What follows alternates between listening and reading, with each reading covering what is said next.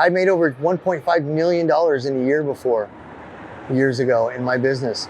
And all of that went back to the business and it went to my employees, and I've paid people's rent when they don't know it.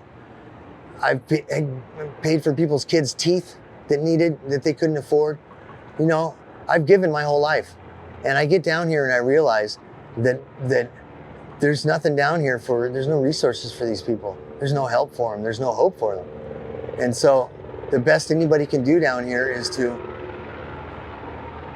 stay out of the way, you know, accept any kind of generous offerings that anybody gives them, and live day by day.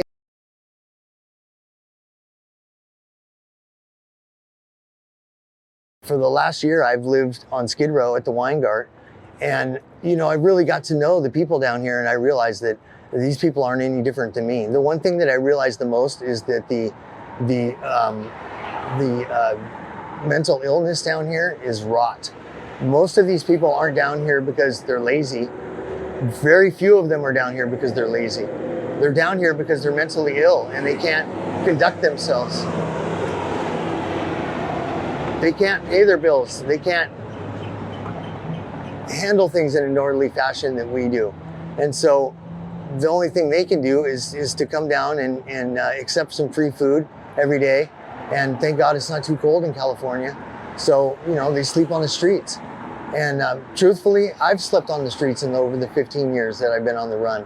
There's been many times when I didn't have a home and I didn't have friends to stay with. And I slept on the streets, you know.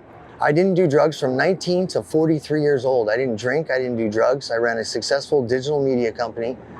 We did website development, interactive software development, corporate videos, music videos, etc. I've owned merchandise and apparel rights for semi-pro football teams. I've done a lot of things in my life that most people would really, really love to do. And now I have a backpack and a laptop, and you know, I'm lucky if I don't get that stolen from me, you know, every month or so. I go through 2 to 3 cell phones a month down here because they get stolen. If it comes out of my pocket, it's going to get stolen. And so it's a violent, you know, crazy place, but it's only that way because people don't have any hope down here. There's nothing here for them. There's no resources. It's gotten better in the last year or so. People bring food down and people help people out. But the other part of this culture down here is the drug dealing and the human trafficking and the gang violence that is involved in this. And there are some crazy, violent, not good people down here. And they take advantage of the people who are down here and the resources that they have. And anything that they have is going to be taken from them. As I said, I've experienced violence down here that you can't believe. And you can't say anything to anybody. You can't tell anybody. There was a man literally last week on the street, 1.5 blocks from where we're at right now, that was shot, rolled into a blanket, and left on the street. And he was there for over 2 hours before the police finally showed up. People literally stepped up over him to walk to the bus stop to go get on the bus and leave. And the reason that it took 2 hours for the police to get there is because nobody wants to be seen on their cell phone on that block making a phone call, because the assumption is you're the guy who called the cops, and they will kill you. They will absolutely kill you. I saw a guy the other day on his bicycle. He had no shoes on. The bicycle is obviously stolen. This guy, I wouldn't think would have the wherewithal or the money to buy lunch, let alone have a pistol. And he was waiting in line to get $2 to take a COVID test. $2. They were paying him to get a COVID test.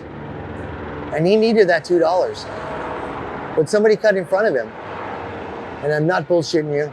He pulled out that thing and he held it and he was like, I wish a motherfucker would cut in front of me again. And you know, I just stood there. And I didn't say anything. You know, I just watched and I just hoped that he wouldn't shoot somebody. But man, he was serious as all get out. You know, he was serious as all get out. The thing of it is that the human beings down here are human beings. I live down here. I'm one of them. I'm one of them. I made over $1.5 million in a year before, years ago, in my business.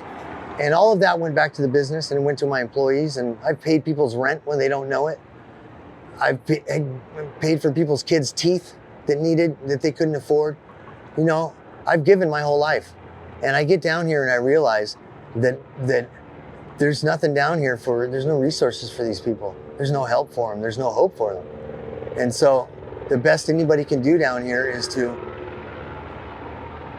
stay out of the way, you know, accept any kind of generous offerings that anybody gives them, and live day by day. You know, sometimes I think to myself, I don't know how that human being survives. He's got nothing but pants on,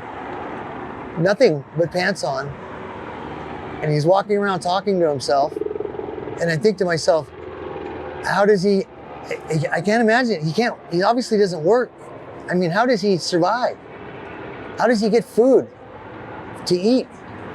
Because he looks like an alien, you know, and he's so dirty and he's so racked with sores, and you know that I just think to myself, where does he sleep? Where does he, you know, he doesn't have a phone. Who does he call? Who does he talk to? Nobody.